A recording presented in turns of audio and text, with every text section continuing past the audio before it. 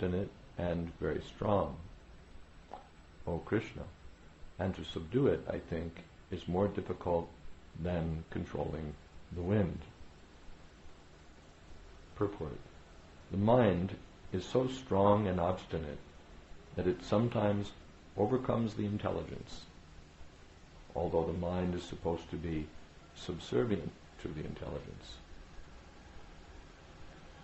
For a man in the practical world who has to fight so many opposing elements, it is certainly very difficult to control the mind.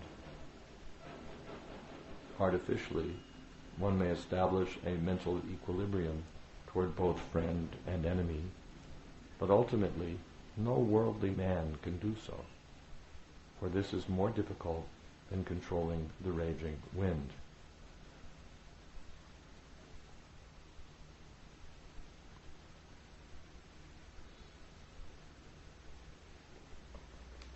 In the Vedic literature, Kathopanishad 1.3.3-4, it is said, Atmanam ratinam vidhi shariram ratamevacha buddhim tu sharatim vidhi mana pragrahamevacha indriyani hayanahur vishayams teshu gocharan atmendriya manoyuktam bhokte chahur manishinaha. The individual is the passenger in the car of the material body, and intelligence is the driver.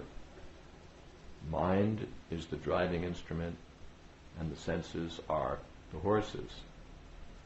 The self is thus the enjoyer or sufferer in the association of the mind and senses. So it is understood by great thinkers.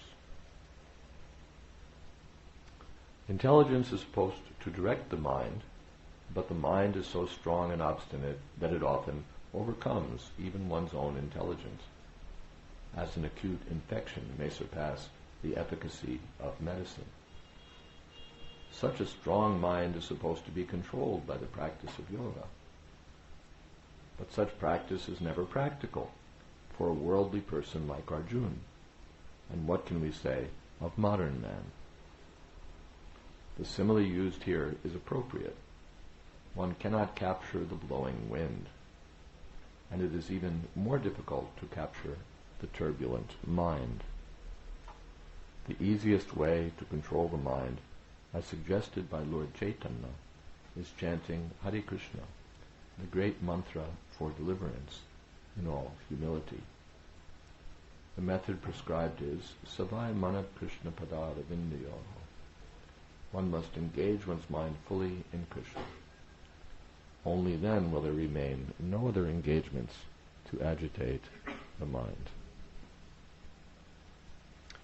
Om Jnana-timirandhasya Gyananjana Shalakaya Chakshun Militam Jena Tasmai Shri Gurave Namaha Shri Chaitanya Manobhistam Sthapitam Jena Bhutale Swayam Rupa Kodamahyam Tathati Shapatantikam Vandeham Shri Guru Shri Jatha Padakamanam Shri Gurun Vaishnavamscha Shri Rupam Shagrajatam Shahagana Raganatan Vitam Stam Sadivam Shadvaitam Shavadhutam Parijana Sahitam Krishna Chaitanya Devam Sri Radha Krishna Padan Shahagana Lalita Sri Vishakhanvitamscha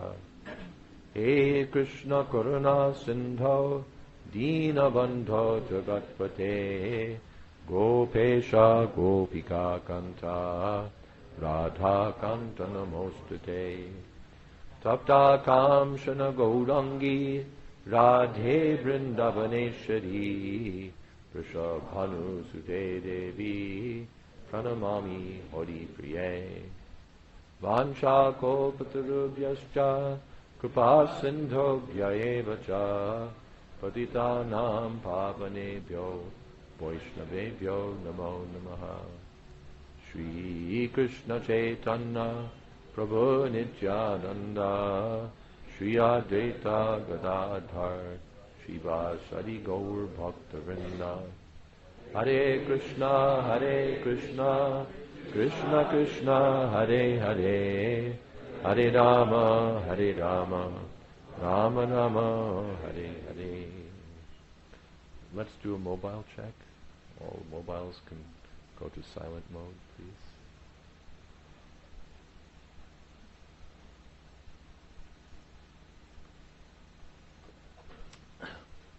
And what's our schedule?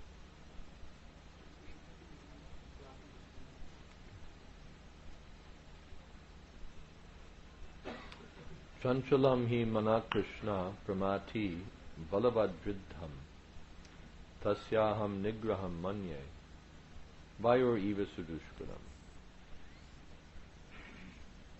We'll at once recognize the truth of what Arjuna says here. Everyone who has a mind has experience of how turbulent, obstinate, crazy, uncooperative, and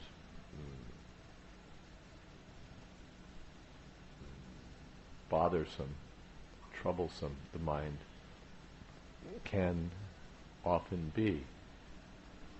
Chanchala means fickle, sometimes going here, sometimes going there, sometimes this way, that way. Chanchal. Chanchalam hi mana Krishna pramati. Pramati means agitating. Agitating. The mind disturbs. The mind disturbs. One can't be peaceful because the mind is disturbing. Elsewhere it's said that the mind, not in Shastra, maybe it's Shakespeare, I think Shakespeare, that the mind can make heaven of hell and a hell of heaven. Is it Blake? I thought it might have been Blake. There's similar things in Shakespeare and Hamlet. For me, Denmark is hell. There's nothing good or bad, but thinking makes it so. That's what I was thinking from Shakespeare. And Blake is yes, hell of heaven and heaven of hell. We're in a very beautiful place. Everything's quiet, calm, and peaceful, but we have to live with the mind, and the mind makes everything agitating. And it's not an easy problem because balavad, the mind is very strong. Bala means power. So balavad, it has a lot of power. Balavad and dridham, it doesn't give up. Persistent. Yes, persistent. Obstinate. Balavad dridham. And we're urged to control the mind. Nigraha. But Arjuna says that controlling the mind seems to me like as difficult as controlling the wind. There's a hurricane and you put up your hand, stop. What's the use? Dushkara means not only difficult, sudushkara, exceedingly difficult. So Krishna has explained to Arjuna the yoga system, how one has to sit, how one has to practice breathing exercises and control of the senses, control of the mind, and in this way become fixed in samadhi, fixed in concentration on the Supreme. And this is Arjuna's response, that it seems to me impossible. It seems to me impossible. You've explained this nice yoga system. Samyena Madhusudana, Yoyam Yogas Tvaya Prokta, Samyena Madhusudana. Etasyaham Napashyami literally means I don't see it. You're saying that this is going to work, but etasya aham na pashyami, very literally, I don't see it. You say it'll work, but I don't see it. Why? Chanchalat tvat stitam stiram. because the mind is so restless.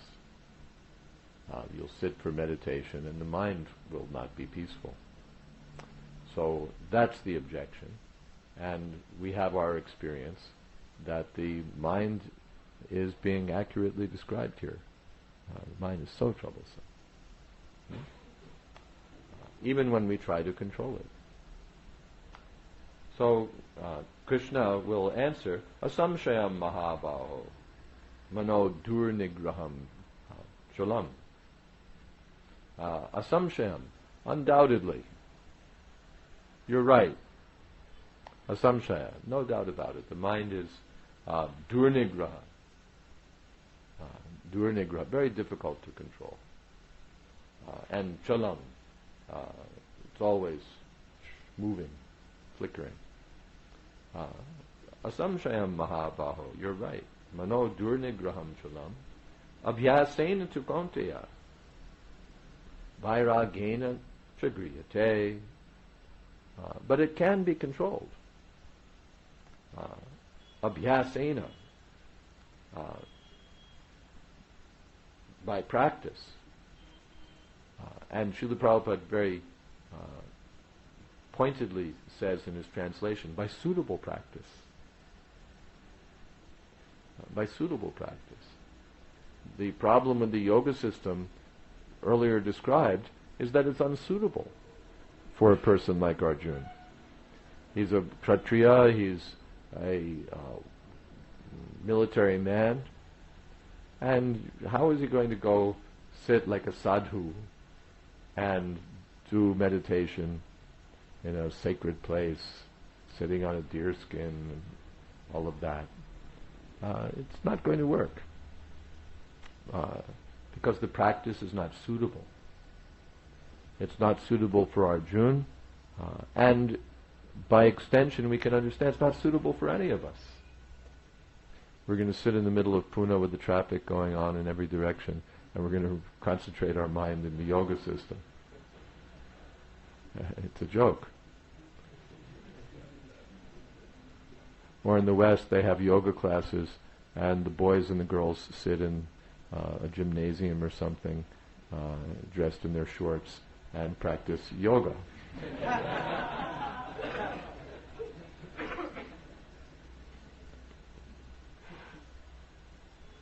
That doesn't work either.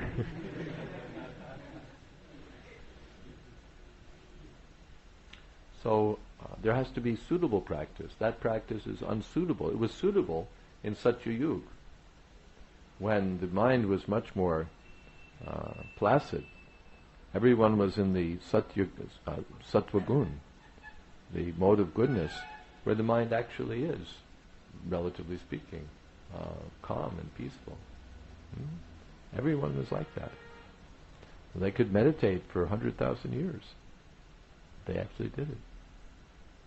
But now in Kali Yuga, our life is, if we live to be 100 years, people are very impressed. Oh, you're 100 years old. Of course, and oh, you're 100 years old. What? What?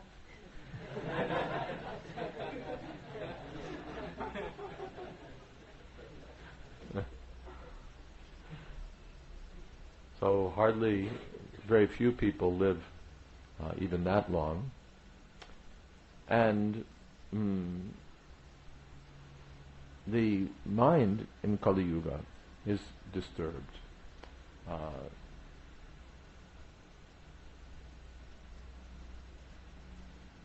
Alpayusha Shabya. What is that? Prayan Alpayusha Shabya Kalavasmin Yuge Jana. Manda Sumanda Matayo. Manda Bhagya Upatutaha. In Kali Yuga, people we have a very short lifetime, and manda, we're lazy about spiritual realization.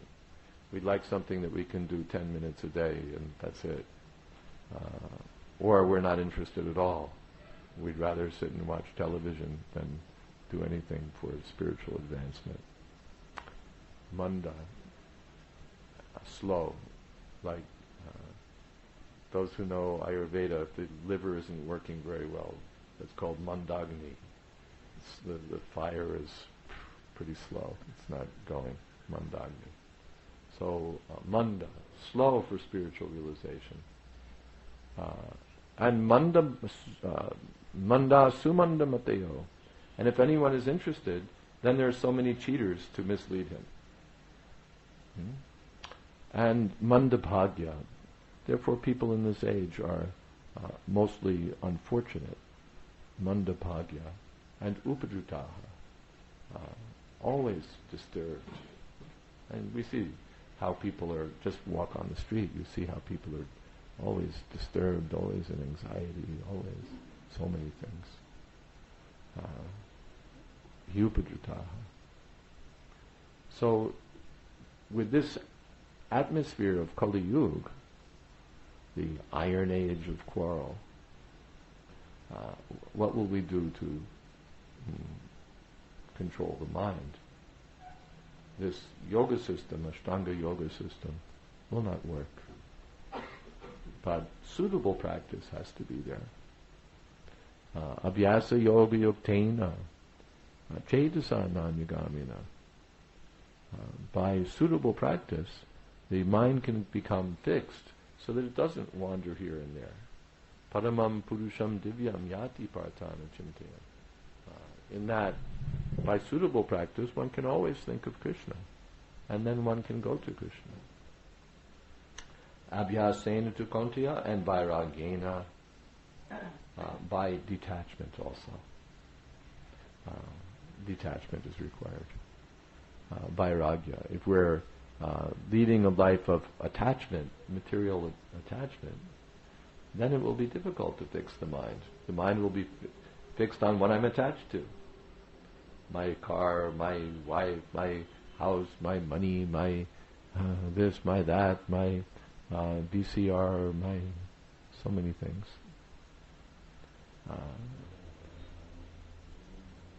So if I'm increasing my attachments, it will be more difficult to practice. Vairagena, by detachment. Detachment means detachment from material things, and also detachment from the false idea. The basic premise of detachment is understanding that I'm not this body. If I think that I'm this body, then I'll think that everything in relationship to this body is mine. This is my house, this is my wife, this is my children, this is my money, this is my this is my that, this is my country, these are my people, this is my... and I'll think of things for the comfort of this body, how to make the body more comfortable, how to make it more this, more that. That will be my life. So vairagena, one has to understand I'm not this body. So the things pertaining to this body are not going to satisfy me. Why should I dedicate myself to meeting the demands of the body, which are met by the animals anyway? The cats and dogs are also meeting the demands of the body. Why, as a human being, should I spend my energy just for meeting the bodily demands?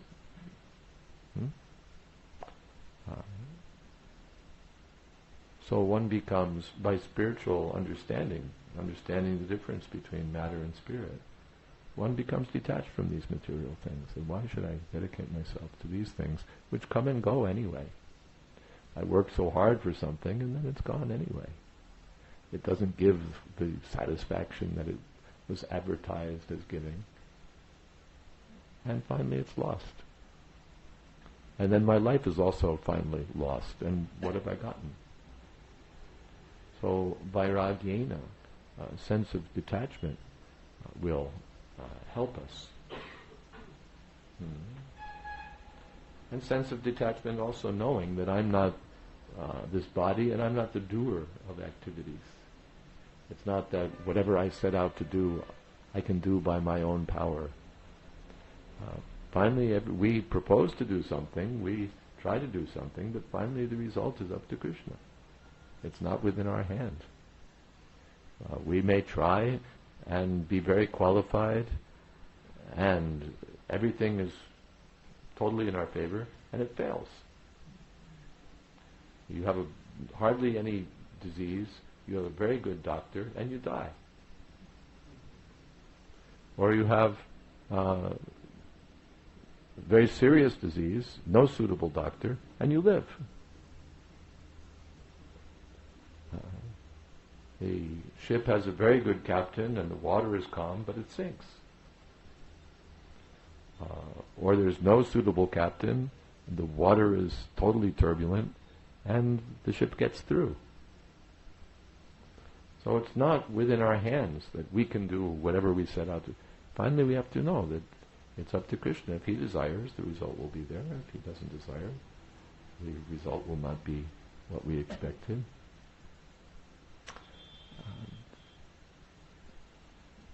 And therefore my business is not to dedicate myself to improving my situation in this material world.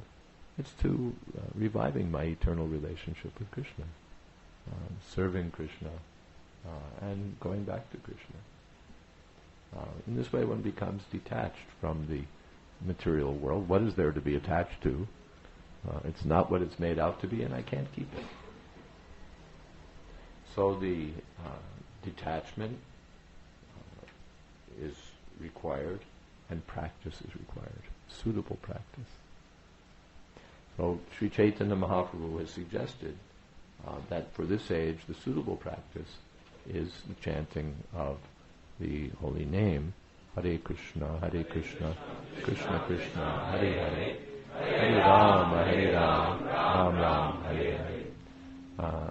Hare Nama, Hare Nama, Hare Nama eva kevalam. Kalo nastyeva, nastyeva, nastyeva katiranita. Chaitanya Mahaprabhu didn't invent this. It's there in the Upanishads, that this chanting of the holy name is the only suitable means. Hare Nama, Hare, just like we say, do this, do this, do this, emphasis. So Hare Nama, Hare Nama, Hare Nama. Eva. Eva is still, again, emphatic. Definitely. Hare Nama, Hare Nama, Hare Nama, Eva, Kevalam, only. Hard to imagine how you'd make a verse more emphatic. Hare Nama, Hare Nama, Hare Nama, Eva, Kevalam, only, exclusively. Hare Nama, Hare Nama, Hare Nama. Kalo, in the Kali Yuga, Nastyeva, Nastyeva, Nastyeva. Eva, Eva, Eva, Na Asti. There's no other way, there's no other way, there's no other way. Gatiranyata, no other way. So, if we have some question, what is the means of practice in Kali Yuga?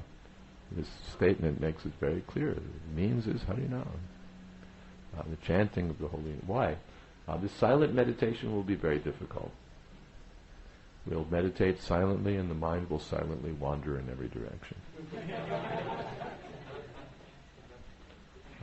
But when we chant the holy name and fix the mind on that sound, then the sound will govern the mind. The sound itself will govern the mind. We don't have to think of something, we don't have to picture something or remember something. Nothing that we have to do except fix the mind on the vibration, on the transcendental vibration. Hare Krishna, Krishna Krishna, Hare Hare, Hare Rama, Rama Rama, Hare Hare. That's doable. Anyone can chant, and everyone has ears, everyone can hear and chant, but some practice is required there also, because after we begin chanting we find that the mind doesn't want to listen. It will find a way to chant but not hear.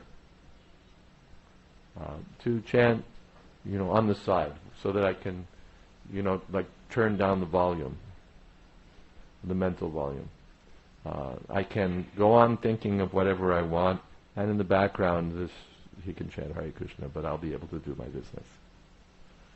That's there, that we fix our mind on the sound of Hare Krishna, and pretty soon the mind is in New York City.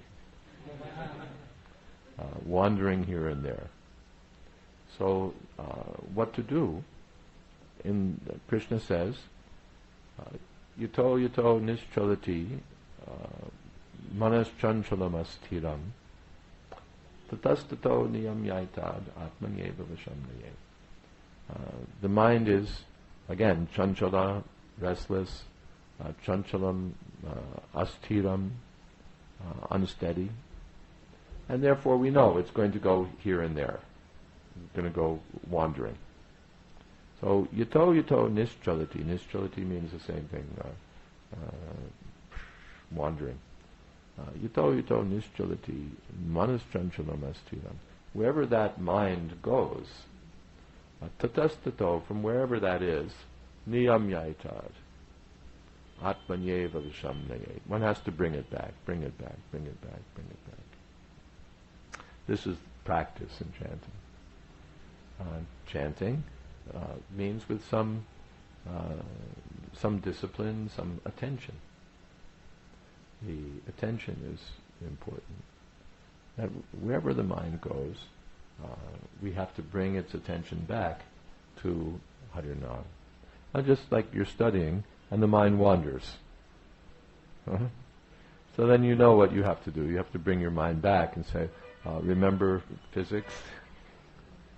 You have to, you're studying, you have a test, you have to do this. So then the mind is, and then sometime later again the mind is wandering, it's already in the weekend. So then you have to bring it back again, no, we have some work to do. So this is discipline, self-discipline. And we have experience, it's possible, otherwise we wouldn't be able to live. We have the power to bring the mind, to focus the mind, and the chanting is the powerful means to focus the mind on Krishna. Savai mana Krishna padadavindaya. The goal is to fix the mind on the lotus feet of Krishna. The lotus feet of Krishna are not different from the holy name of Krishna. The holy name of Krishna is everything. Everything is there in the sound of Krishna's holy name. Krishna's form, Krishna's qualities, Krishna's pastimes, Krishna's everything are all there. Because abhinnatan nama namino, there's no difference between Krishna and Krishna's holy name. So the practice is simply to chant again and again. Hare Krishna, Krishna Krishna, Hare Hare, Hare Ram, Ram Ram, Hare Hare. Whenever there's a moment, we can chant Hare Krishna. The more we chant, the better. Chanting means thinking. You don't have to separately think of Krishna. As soon as you're chanting Hare Krishna, immediately Krishna is there. You simply have to chant and hear, and it's only a matter of realization. And, like any practice, if you stick to the practice, you'll get the result. Practice makes perfect. In the beginning, the practice seems like, how will I ever do this? Like a child who's learning to ride a bicycle, the whole program is falling. He's learning, but the learning is falling. Then maybe he gets frustrated and thinks, I don't really need to learn anyway. It's not easy. But if he sticks with it, then soon he's riding very nicely, he's very happy, he's going here, going there. It's simply a matter of practice. And again, in the beginning the practice may seem a little dry. I have to do this, I have to chant one round every day, that's my vow. And it takes so much concentration and it's very difficult.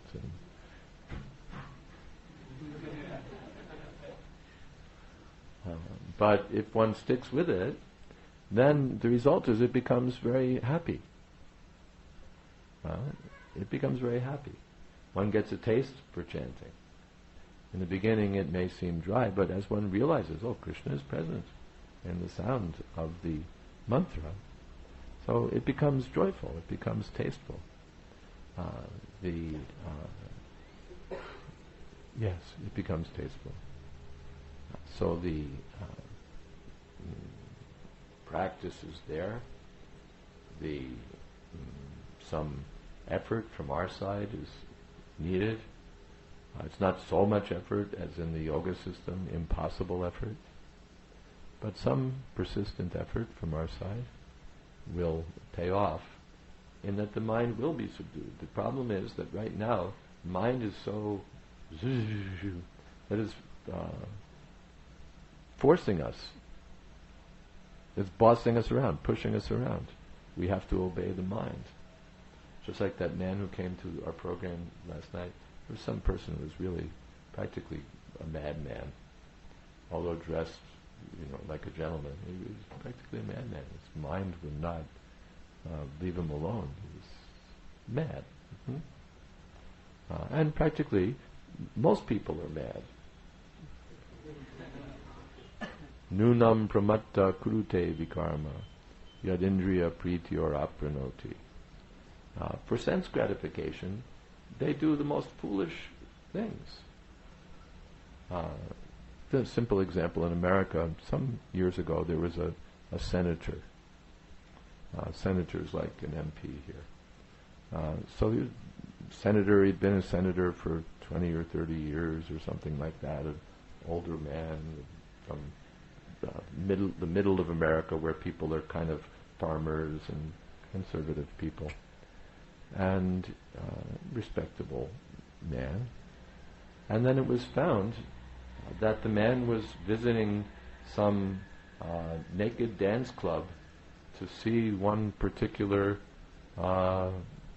dancer, one naked dancer. And it was understood that he was not simply watching the performance, but afterwards they would go to some hotel and so on and so on and so on. So what was the result? Of course, he was publicly disgraced. He had to resign from the Senate. His career was finished. I don't know what, in his community and so on, where he'd been so respected, he was now derided and looked down upon. And for what? Just to have sex with a prostitute. And what is that sex? The same sex he could have with his wife. After all, sex is sex. There's not much difference. The product may be dressed differently, but it's the same product, really. Just like we have these two recorders here. So one may look a little better than the other, one has a fancier display or something like that. But finally you turn them on, they both record. You turn them on later, they both play. It's the same thing. So for the sake of sex enjoyment, which he could have had at home, he goes to a prostitute, because in the mind, wow.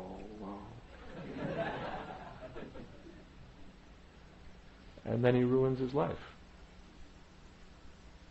So is it crazy? Yes, it's crazy. Does it do it? Yes. Why? Because the mind is demanding. You gotta go, you gotta go, you gotta go, you gotta go. So that's explained here in the Katha Upanishad, that the senses are like the horses of the chariot, the mind is like the reins, then higher is the intelligence, who's the driver, and then we're the passenger. So if the passenger is directing the driver's got a good grip on the reins, the horses are going properly, you get to your destination. But if the driver's gone to sleep, he's dropped the reins, and the horses are going whichever way they want, what's going to happen? Or in the modern context, we don't do much with chariots these days, but if you have a car, so then you have your driver, and then you have your steering wheel. And then you have your, the machinery of the car, so it goes where you want. Ever been in a car when the driver falls asleep? I've been. a couple of times and narrowly survived to tell you the tale.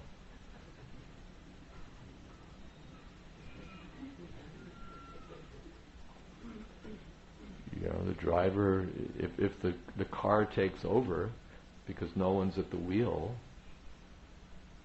you're in perilous straits. You're in danger. So that's what it's like. When the mind is uncontrolled, it becomes one's worst enemy. When it's controlled, it's the best friend, but uncontrolled, it's the worst enemy. The car is going here and there, and you could be killed or injured at any moment. And that's what's going on. People's minds are uncontrolled. You know, they gamble, and pathological gamblers, they bet everything.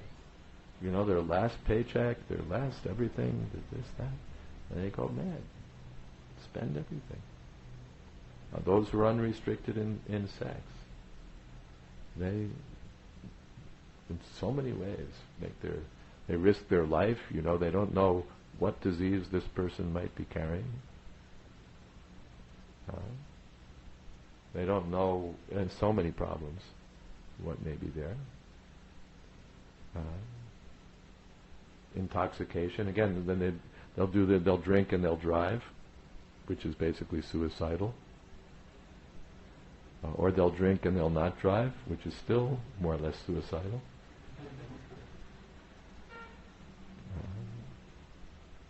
Animal killing, again, basically self-destructive. So that for the sake of the mind, where the mind is saying, I want to eat this, I want to touch that, I want to see this, I want to... they're doing things that are self-destructive.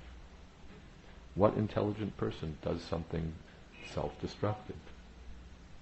Intelligent person does something which is self-preserving, self-constructive. But they're destroying themselves, destroying their environment, destroying their lives, because the senses are saying,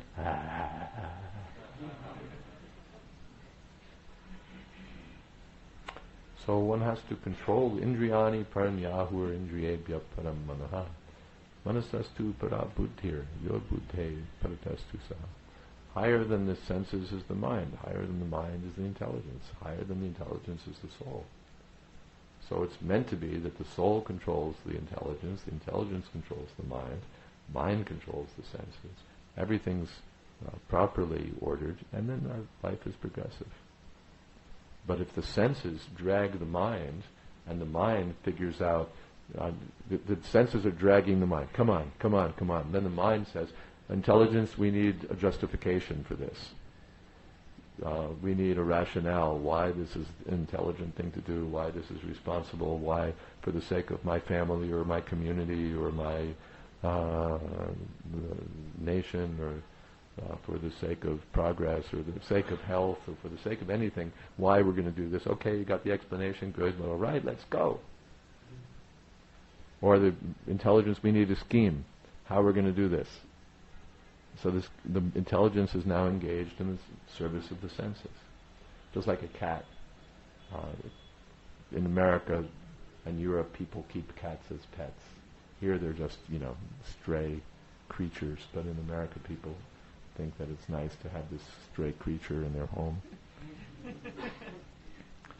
So when they keep the cat at home, the cats, of course, like to drink milk. So some milk is sitting on your table, and you're there in the kitchen. So what does the cat do? Jump up and take the milk? No, because then you'll chase the cat away. So the cat waits till you leave the kitchen, then jumps up and takes the milk. How does he do that? Intelligence. He's intelligent. He thinks that when you leave, then I'll... But what is the intelligence doing? It's serving the senses. That's all. It's busy for eating, sleeping, mating, defending. So in modern human society, we have so much intelligence, but it's being used for sense gratification, for the business of the cats and dogs. They're making big plans and earning big degrees and doing big work and so many things for sense gratification. It means that their intelligence is being used for a progressive life of animal propensities. Polished animal life.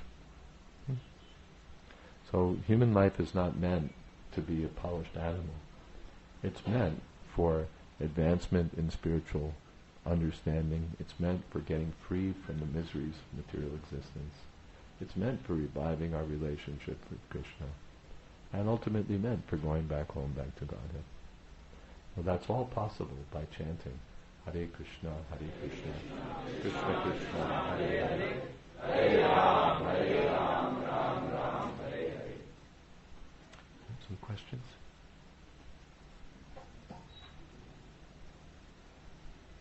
Questions?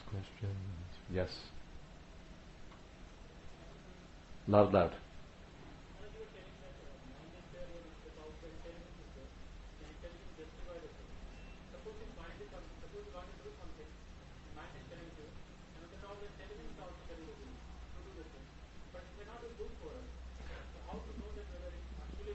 Mind is telling us to do something, and the intelligence is also telling us to do something. But it may not be good for us. How to know whether it's good or not? Yes, the intelligence unfortunately becomes like a prostitute to the mind. So the mind becomes unreliable.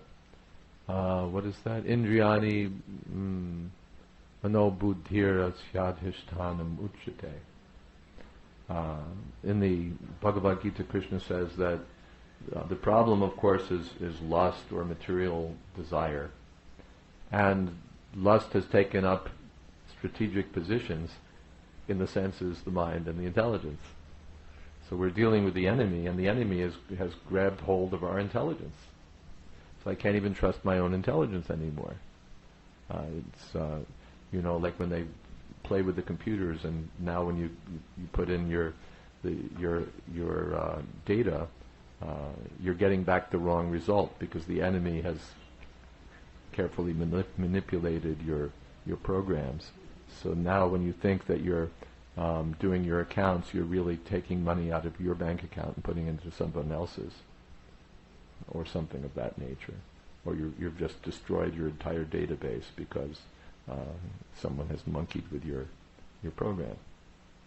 So the intelligence has been occupied by the enemy, and therefore it can't be trusted.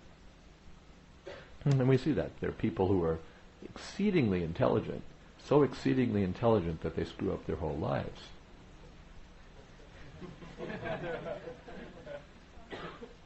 They find some sophistical justification for the most vile and vicious and, again, self-destructive behavior. They're destructive to themselves, destructive to others. And they'll have some sophisticated discourse about democracy and freedom and this and that and this and that, and really all they're doing is clubbing somebody over the head and inviting themselves to be clubbed over the head by the opposite party. And this is all with most, people with graduate degrees and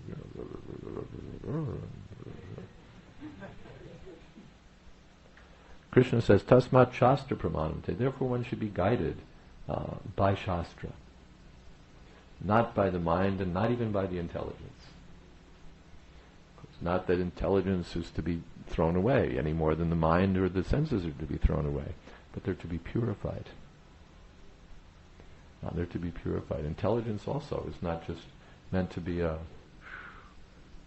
totally free agent doing anything, because the intelligence will also get itself in trouble. It's not at the very top. At the top is the conscious living being himself, the soul himself, who's meant to use his intelligence. When he uses his intelligence, then the intelligence becomes very valuable. And the intelligence is using him on behalf of some other agent, then he's really got an enemy on his hands. So one should know what to do and what not to do from Shastra, from Vedic knowledge, from Vedic wisdom. From Shastra and from the spiritual master. the spiritual master explains, the Shastra says, yes, you should, it applies this way, it applies that way, you do this, you do that. And along with the spiritual master, the sadhus, the saintly devotees, who are experienced and advanced in Krishna consciousness, they give guidance, yes, better that you do this, better that you not do that, this will be more favorable, this will be unfavorable. Then, guided by Shastra, tasmat Shastra pramanam te karya karya vyavastato, Shastra gatva vidhanoktam karma kartam iharasi. Knowing what Shastra is, one will know how to act properly. Just suppose in the state, one has to know the law. One has to know that I'm supposed to drive on the left in this country. I'm supposed to drive on the left. Not just that by my intelligence I say, well, I could drive this way, I could drive that way. One has to know, of course here they drive on all sides, but at least we know that the starting place is the left. Basically I drive on the left, and sometimes I drive this way and that way, but basically I'm on the left. Why? The intelligence could say, well, why not the right? Right or left, there's no real difference. I have a right hand, I have a left hand, they both look the same. There's no reason to ascribe more value to the right one than to the left one, or the left one to the right one. And it's simply an arbitrary convention that people are supposed to drive in the left. After all, in America they drive on the right, and everything works fine. So why this needless duality and distinction and restriction on our freedom that we have to drive on the left when I would like to drive on the right? And one constructs a whole thing. No, the intelligence is not just meant to go willy-nilly and consider all the different possibilities and do whatever. No. The law is there. You drive on the left, and then the intelligence is there. Yes, the law is to drive on the left, so it will be better if I drive on the left. So by getting proper direction. Even in practical affairs, our Father instructs us, you do this, even in basic things about how to live. So we take direction. Yes, the Father has taught me that you do this and do that. Simple, practical things. Before eating I should wash my hands. I could go through a whole intellectual consideration. Well, washing or not washing, and this and this. But my Father has taught me to wash my hands. I wash my hands. Father's the authority. And one should know what to do and what not to do by following the authority. There are different authorities. The government is an authority. My parents are authorities. My teachers are authorities. There's so many different authorities, and the authorities will say different. Once we get into more complicated things than washing hands, authorities will say different things and so on. But the supreme authority is Krishna, and Krishna's directions are there in Shastra. Therefore, Krishna says we should follow the Shastra, even though the Shastra may disagree with my teachers, or may disagree with my parents, or may disagree with my friends, or may disagree with me. I think this, but the Shastra says that, and then I should go by Shastra. Then I'll get the right direction. Is that all right? Yeah. Question? Intelligence is controlled by the soul itself. It's supposed to be. Yeah, it should be controlled by the soul itself. But in the conditioned state, the soul is, in a dormant state. Yeah, the soul is supposed to control the intelligence, but in the conditioned state, the soul is dormant. Dormant means not that he's asleep, but he's asleep to the real purpose of life. Soul means consciousness. I have to use my intelligence. So who is that I? Someone says, use your intelligence. And they're not talking to their intelligence. To your intelligence, they're talking to you. Who are you? Your soul. But now you're using your intelligence for some material purpose. That's practically like being asleep. You're using your intelligence for some dull purpose. But the same you can use your intelligence for spiritual realization. That's up to you. Something else? Yes? And as when we give the example of bodies, and often we give like, so we give the example of car. This is also a bad matter, body. It becomes easy to relate, the car and driver body. When we talk of the mind, we often give example of like the monkey or the child. So in understanding it becomes a little difficult because it is represented by some living being.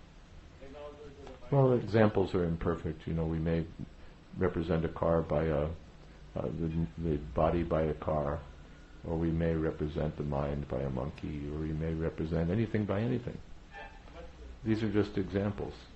It's not that because the body is compared to a car, it has 4 wheels and a Maruti sticker on the back.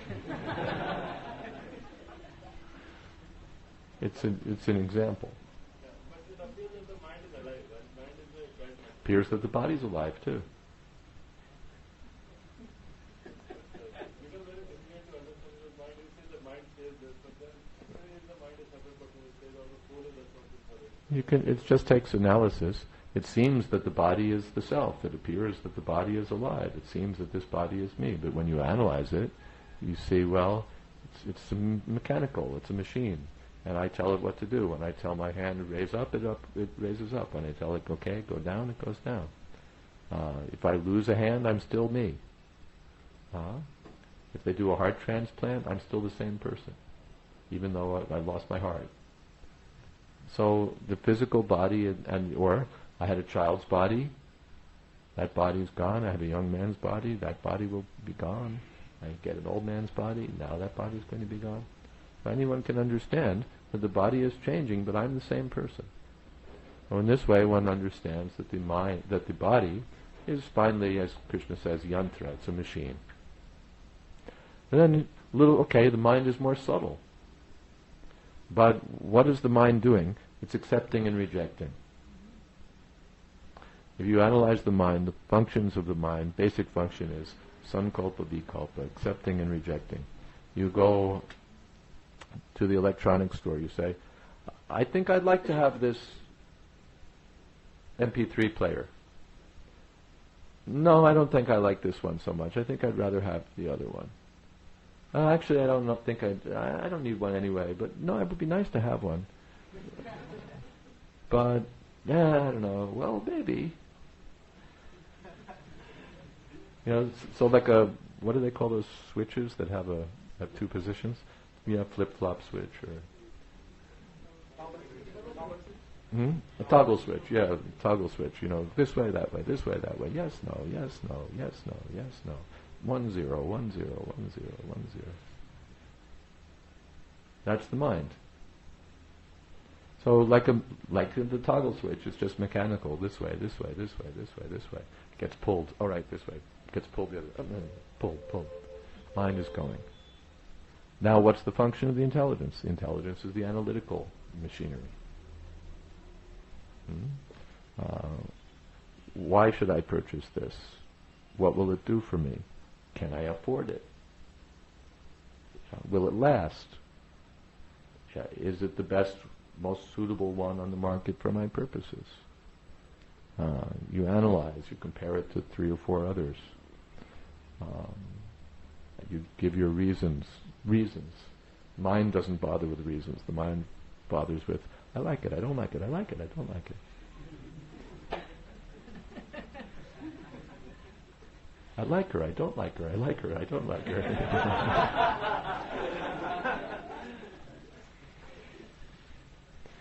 But intelligence analyzes. What will be the benefit? What will be the loss? And finally, on the basis of intelligence, you can make a firm decision. If you stick with the mind, you make a decision one moment and you make the next decision the next. Reverse it. But intelligence, now that you've analyzed, you can make a decision. But that again is a mechanical process. You could represent that computationally.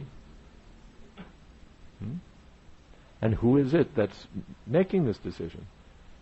Who else? Who is it that tells the intelligence? We have a decision to make here. We have to perform an analysis of this problem and arrive at a proper solution. Who is it that's using the intelligence? That's the person.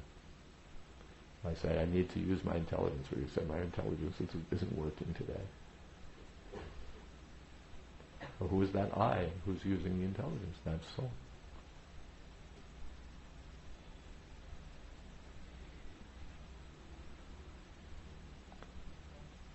Yeah. Actually, Sudama comes to Krishna. Sudama. So there was a story that Sudama, he had some of the rice or something to eat. And when there was so much of rain and all, and Krishna was with him, and he didn't give to Krishna all those rice or eatable things. He only had those things. And for those bad things, he was suffering all through his life unless he visited Krishna at from Dwaraka. Gee, I don't know where you got this story. It's where? From you? No, I think we have the story a little mixed up. Huh? Krishna, Sudama was a Brahmin. He was a class friend of Krishna. He was very poor. But he just didn't have very much.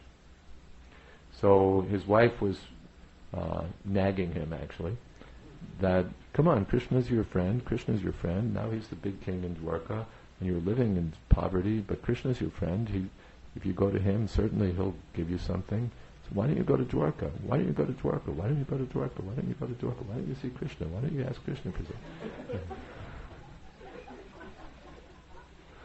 Finally, he said, all right, I'll go to Dwarka. Actually, he wasn't so interested in asking for anything, but he thought, I'll see Krishna, that will be nice. So because he was going to see Krishna, he wanted to bring some present for his friend, but he practically didn't have anything. So his wife, I think, borrowed, or just begged up, just got some chipped rice, some poa. Most, simple grade of rice, and packed up a little bit in his, a little guttery or something, and there he's off to Dwarka. So then he went to Dwarka. He saw Krishna. He had such a nice time with Krishna. And Krishna said, I think you've brought me something. And Sudama was embarrassed that, Krishna's the king of Dwarka and I brought a little poa. What is this? So he was, wasn't coming forward. But Krishna, no, I think you've brought something. Let me see. Then he's snatching that poa. Then Sudama's thinking, this is not fit, but he's snatching it. And he takes a mouthful, another mouthful. Then Rukmini stopped. Don't take more. You'll be too indebted. He's so much your devotee. We're already indebted. Practically, we can't pay him back. If you take another mouthful, we're finished.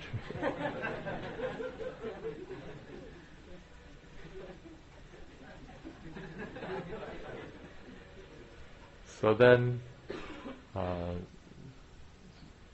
after some time, Sudama went back home. He thought, I'm not going to ask Krishna for anything.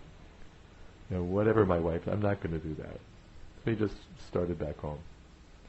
But then when he got back home, he saw that his home had been transformed into a palace. His wife now was all gorgeous and dressed up nicely, and there were servants there, and there was he was like transformed into Vaikuntha.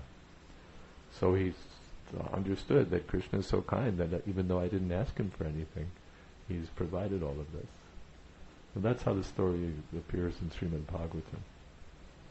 But before that, probably he was suffering quite a lot. Yeah.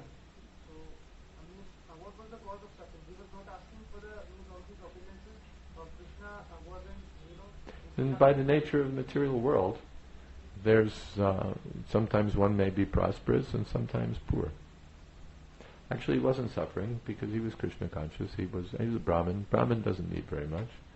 He's philosophical. A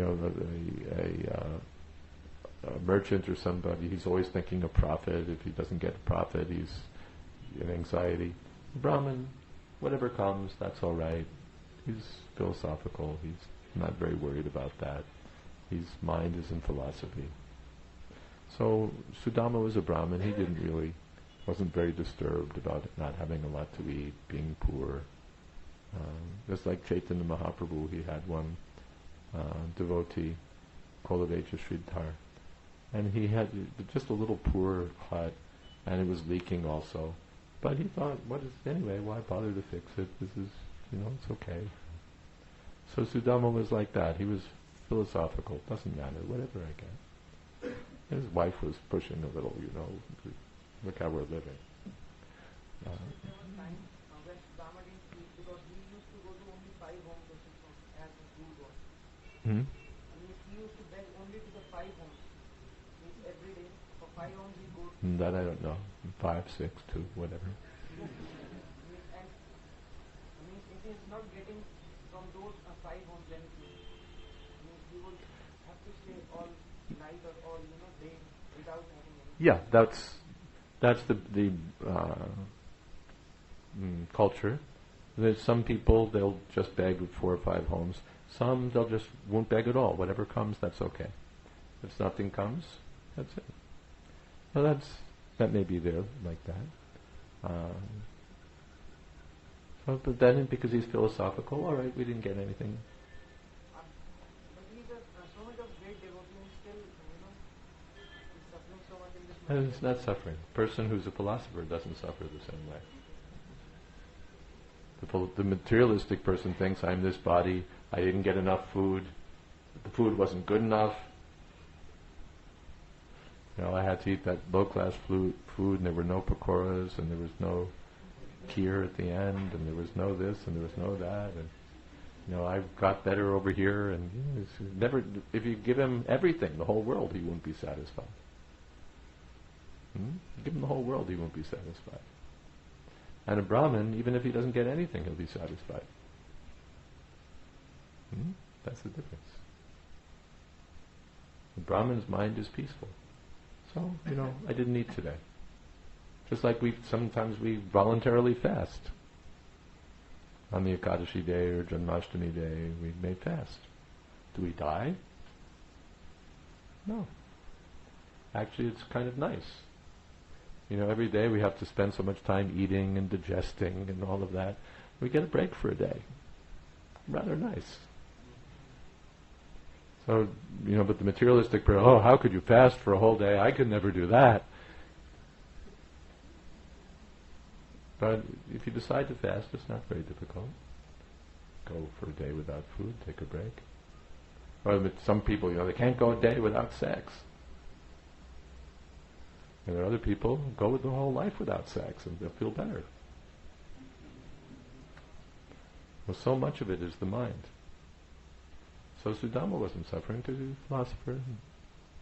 Only it appeared that he was poor, that he didn't have enough, this, that.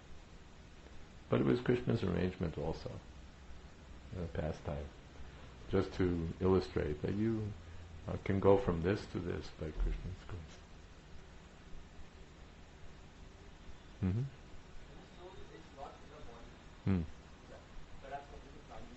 When the soul is in transition, excuse me? Does it possess a mind? Yes. When the soul travels from one body to the next at the time of death, it takes the mind with it. That's mentioned in the 15th chapter of Bhagavad Gita.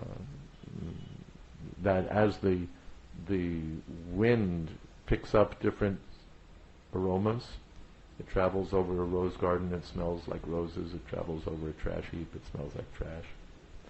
So the mind is picking up different impressions. And around those impressions, it gathers a set of senses. A certain kind of nose, a certain kind of ear, a certain kind of tongue, a certain kind of eye. In other words, the body itself is formed on the basis of the mind. So he has the mind of a vulture, he gets the body of a vulture. He has the mind of a human being, he gets the body of a human being. What kind of impressions does the soul pick up? That's up to him.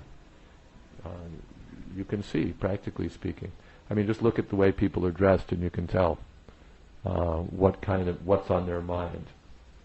A guy's cutting a profile like he's, Bollywood star or something. You can understand what's in his mind. If someone else is, dressed like a scholar and a professor and something, you can understand what's on his mind. So, just by seeing. In the Srimad Bhagavatam it said that you can see the modes of nature that a person has acquired just the way you can see the flags on a chariot. The warriors used to have certain flags so you could see who's who. So you see a person and you can see the flags. Passion. He's got his sunglasses, he's got his New York City jeans, he's got his...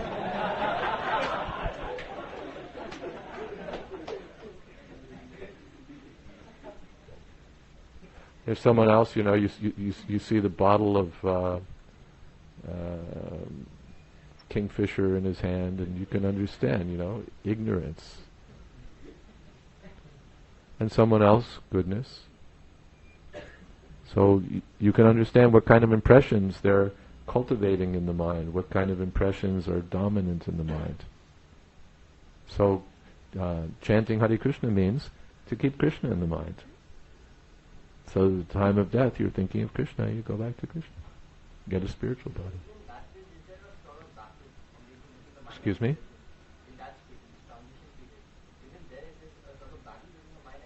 A battle between the mind and intelligence? There doesn't have to be.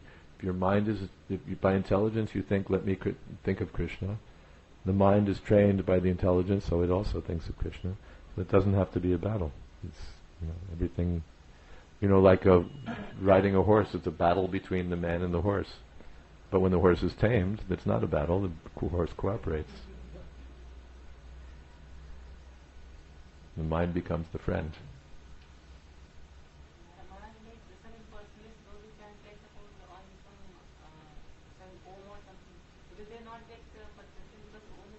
What will they get?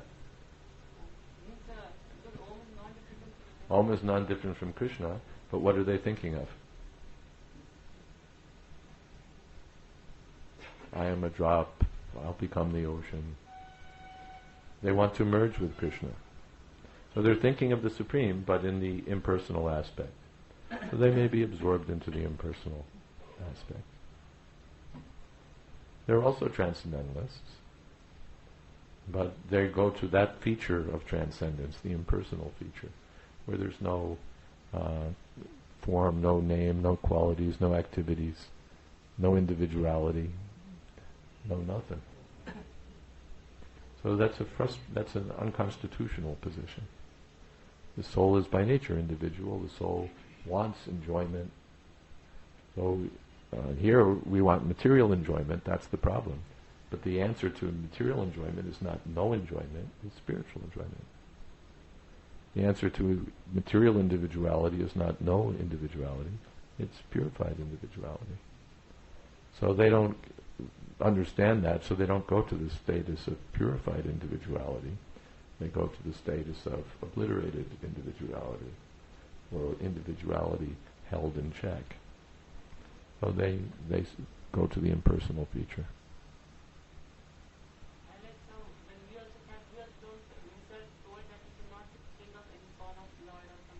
Not that you drive it out, but the goal is the personality of Godhead. And therefore you're chanting specifically Krishna's name. Krishna means Krishna, the person. They're chanting Om specifically because it's the impersonal representation of the Supreme. Om is not personal in their conception. Well, whatever the Supreme is, let me be one with the Supreme. That's their idea. That's their goal. Who, where? Loud.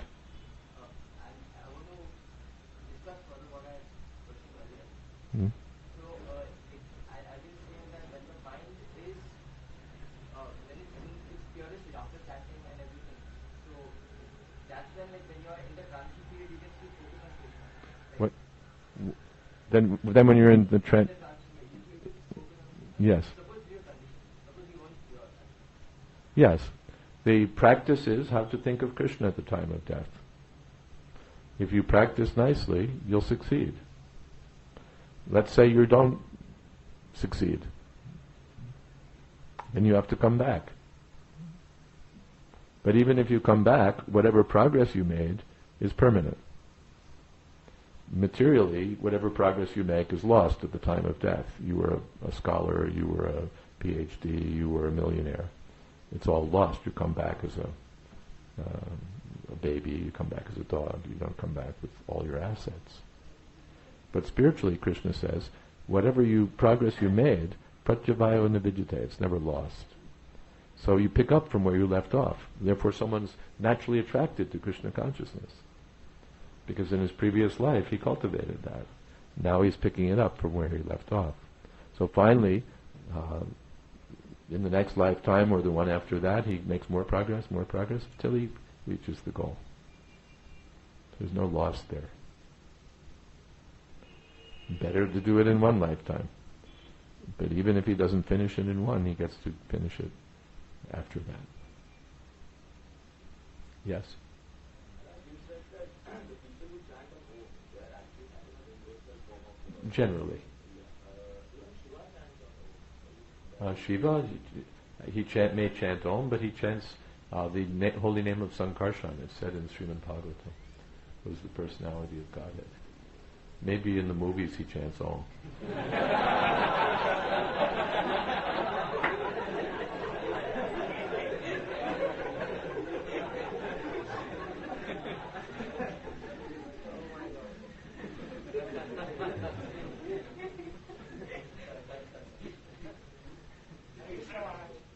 Sometimes there are two choices. One is given by our mind and one is given by the super soul. And both remain good. How to differentiate? Therefore we have to see from Shastra. The super soul is saying one thing, mind is saying another. You have to look at what the mind's saying and see if it matches what the Shastra says. We don't know, is this message coming from super soul or is it coming from the mind? So, because it's internal, it's subjective, it's not clear. But Shastra is objective, you can look and see. Mind is saying, there's whatever it is. There's this beautiful girl, I should maybe ask her her name and where she's from.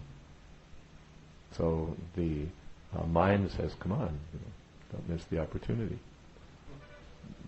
But Shastra says, why are you mixing with this girl? Huh? So by Shastra you can tell. And because the super soul is, our reception is not so clear, therefore the super soul is externally represented by the spiritual master. We can ask the spiritual master, should I do this? The spiritual master, the Shastra, the devotees, they'll guide us. They'll help us take direction from the super soul. I had one more question. I heard that sometimes Krishna takes this to check the level of purity. Maybe. And then how to know that in particular situation, is it the test taken by Krishna or just particular situation? Or is it It's all, the difficult situation is always a test given by Krishna. Even if it's given by Maya, Maya is Krishna's agent. Yes. The thing is that if you have someone, who, when he instructs you or suggests you something, then you keep your mind aside and just stick to his instructions. So, that's a possible way in which, you are not much confused about mind and intelligence. You know that when this person is speaking, he's my well-wisher, I'll keep my mind aside and just follow. That's intelligence. I'm talking about, a person with whom you are sharing a relation. I understand that. So that's intelligence. When you take direction from someone who knows more than you, that's intelligent. So my question is like, in which mood, you select a person whom you think that he is appropriate You have to see from Shastra who's the appropriate person. If you want to buy diamonds, you have to know what a diamond is. Otherwise you'll wind up in the glass department. So from Shastra one can know the qualities of a bona fide spiritual master. Yes. Real world, like the soul is having mind, I think what they would be better than mind. A little louder. In the material world, the mind is having what? The mind is again Yes. which are material. Yes. So when we go in spiritual world, so there also are we having mind, intelligence, and thought? No, you have mind, intelligence, and real ego in the spiritual world. There the mind is personal or Personal. it is separate person than the soul. No, it's the same. Here, there's a difference between the mind and between body and soul. In the spiritual world, there's no difference. Just, there's no difference. Here we expand ourselves in terms of the material energy. I'm soul, but I expand myself in this body by borrowing from the material energy. Through hydrogen and potassium and nitrogen and protein and all of that. So I'm expanded in a body made of matter. Or, a little, there's a little small man, but he's driving a big car. So he's expanded himself in terms of the material energy. But the car and the person are different, or the body and the person are different. In the spiritual world, we may take a certain form also, but that form is made of the same thing that we're made of. It's made of the spiritual energy. So the mind, the body, they're there, intelligence in the spiritual world, but they're not different from the soul. They're the same as the soul. The duality is not there. Yeah. Maharaj, we say that we are originated from Krishna only. And initially we were originated in the... Oh, you're not going to figure this one out. If we were originally in the spiritual world, how did we come to the material world and so on? No. The thing is... A different one, okay. The concept of origination comes when there is time. No. Your concept of origination comes when there's time. But there's origin without time also. In the spiritual world, Krishna is the source and we're the emanation, but time doesn't figure into it. We can't figure that out because we have no experience of anything beyond time. But the question of, the birth and death comes when there is time. Right, but birth and death comes when there's time. In the spiritual world, there's no birth and death, and still Krishna is the origin. But how would it be possible? Just like the sun, we have experience that sunlight comes and goes. But the sun and the sunlight are permanently connected. There's no difference between the sun and the sunlight. We say the sun is in my room because the sunlight is there. You can't imagine the sun without the sunlight, or the sunlight without the sun. So they're one substance. And you can't imagine that, first the sun didn't have any sunlight, and then it had sunlight. That also you can't imagine. So they're integral, you can't sever them. And still, we'll all recognize that the sun is the source, and the sunlight is the emanation. So it's something like that. We're out of time, aren't we?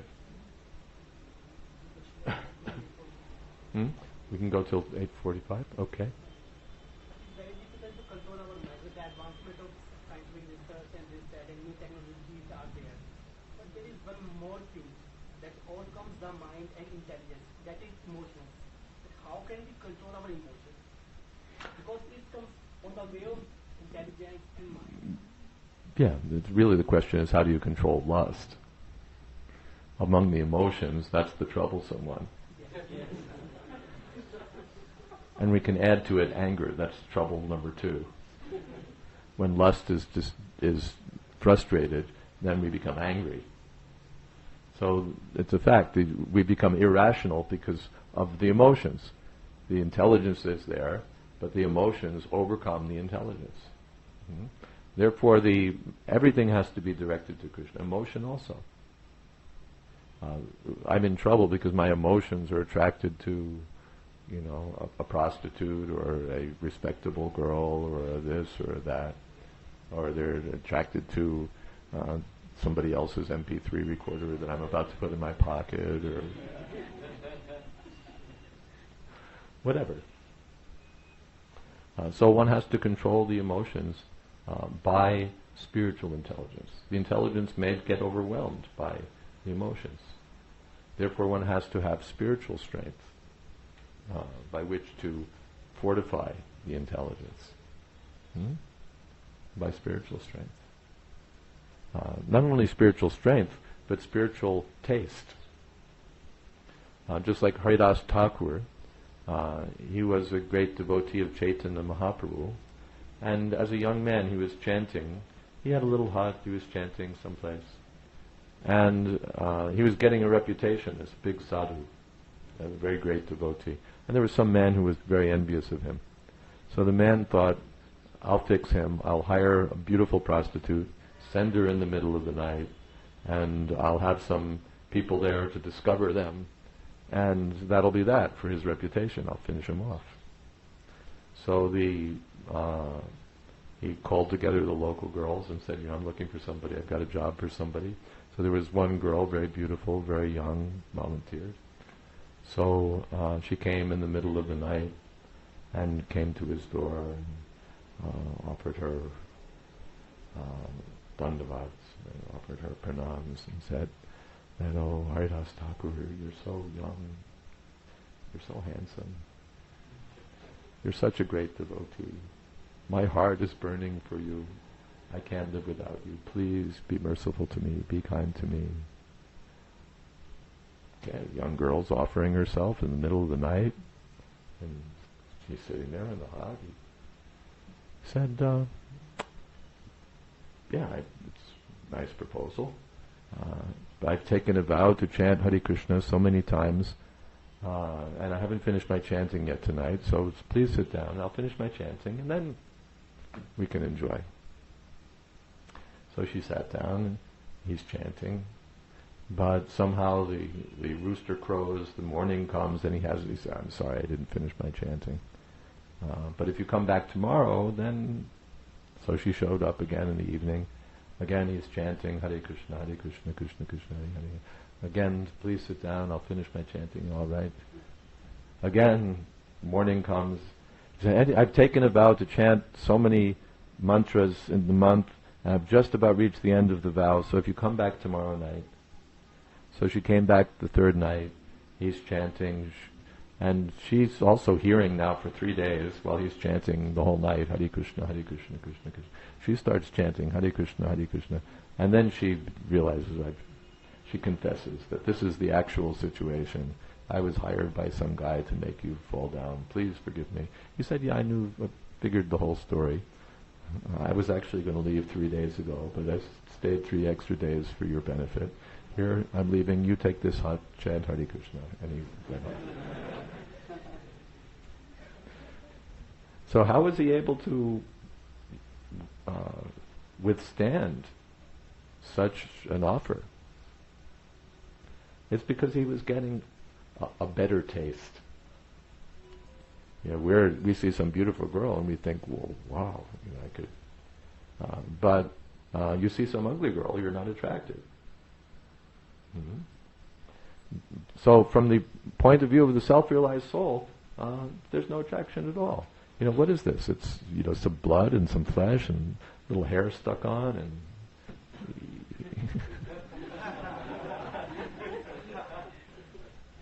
some eyebrows moving up and down. What is this? I'm going to go for that. Why? Because he's got a higher taste. In the beginning, we're just chanting because we know that it's a good thing to do and it's recommended in the literature. But those who are advanced in chanting, they're relishing nectar at every moment.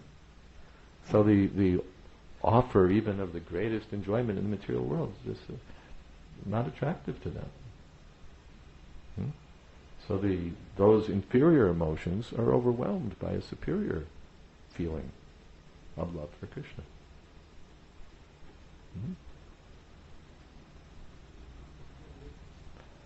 Otherwise, in the beginning stages, still one has to use one's intelligence, remember the instructions of the spiritual master, be careful about, how we live and so on, so that we don't get into difficult situations. But the more we chant, the more we'll experience that. What was this thing that I was attracted to? Okay.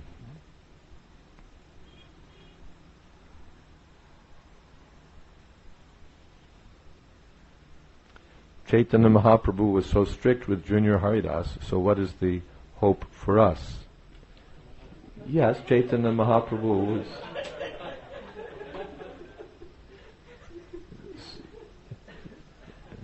said that he was hard like the thunderbolt and soft like the rose.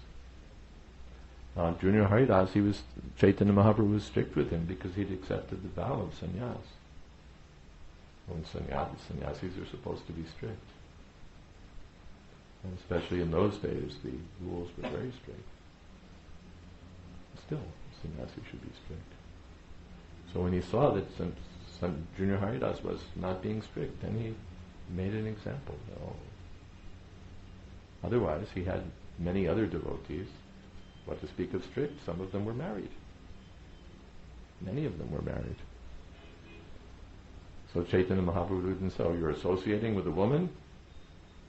No, fine, you're married.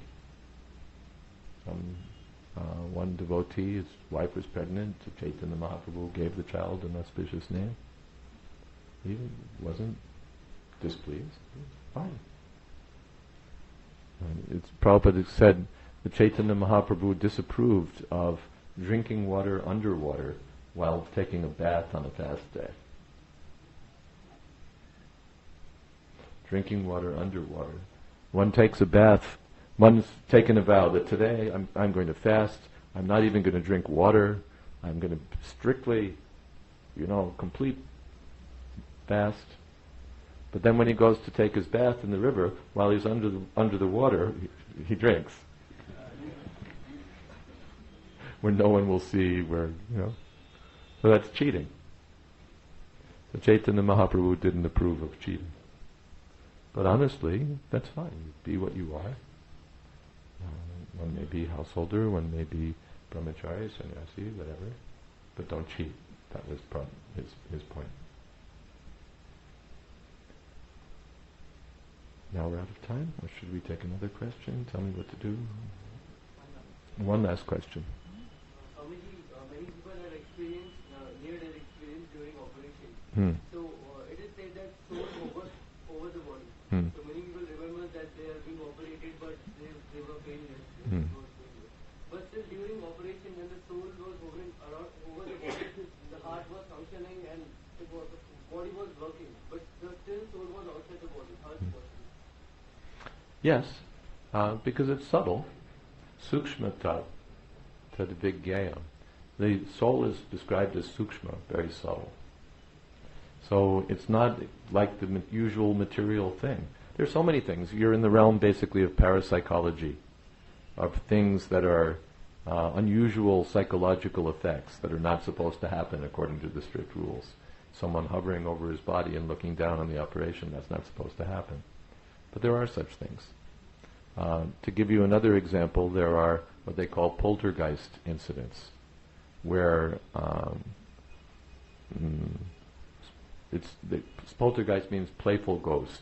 It's not actually a ghost, but they'll see that like in the house, things will start flying around. Radio will turn on and off with no one turning it on and off. Boxes will fall. Electrical appliances will start working. Things will appear out of nowhere. Weird things going on. And I knew of one case of one of our congregation had such an experience. And what it is actually, it's almost invariably involves some disturbed adolescent. And what happens is that the mind becomes disturbed and it creates disturbances in the environment. Just as with epilepsy, there's some neurological disturbance and it disturbs the whole body. So in poltergeist cases, it goes beyond the body and affects the environment. And there are well-documented cases like that.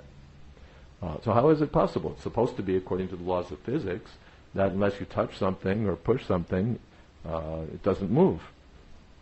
But here, just by some effect of the mind, the thing is moving. And I could tell you many other different things from parapsychology, where just by the mind these things are happening. So the mind is not it's not like the gross thing. If I want to move this microphone, I touch it, and by mechanical process, the microphone moves. But the yogis, they can move the microphone without touching it. So it means the mind is a more subtle thing. You can't just calculate it according to the normal physical equations. So the mind also, even when the heart's not beating, there are such cases where the heart is dead and even brain is dead. There are documented cases like that. And still the person is recalling later, when the heart and brain are revived, that they were doing this and they were doing that, and I was looking at it and this and that. Because the soul is subtle. So, Swamiji, mind is so powerful that it's inside the body and it can affect the outside system. Okay, and when it's outside the body, it can affect the body system. So, if it is so powerful that yogis, when they have control over mind, then they can do anything they want. The similar way, now we cannot perform yoga because this is a Kali. So we are chanting for controlling mind. So to what extent it can be controlled so that we can have control over mind so much that we can do anything we want?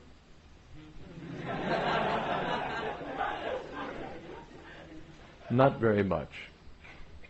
To do that sort of thing, you have to have do a lot of tapasya. You have to learn all these very subtle things. Yogis could do it. They could create a planet. They could do so many things. In the Kali Yuga, that kind of mental power we will not develop. Maybe some rare person, but we can't expect to develop that.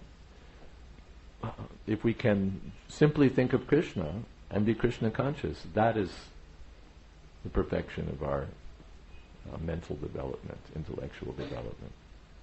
Apart from that, actually, these abilities, mystic powers, the power to create a planet, to bring anything from any part of the universe just by desiring, all of these things, they're a distraction.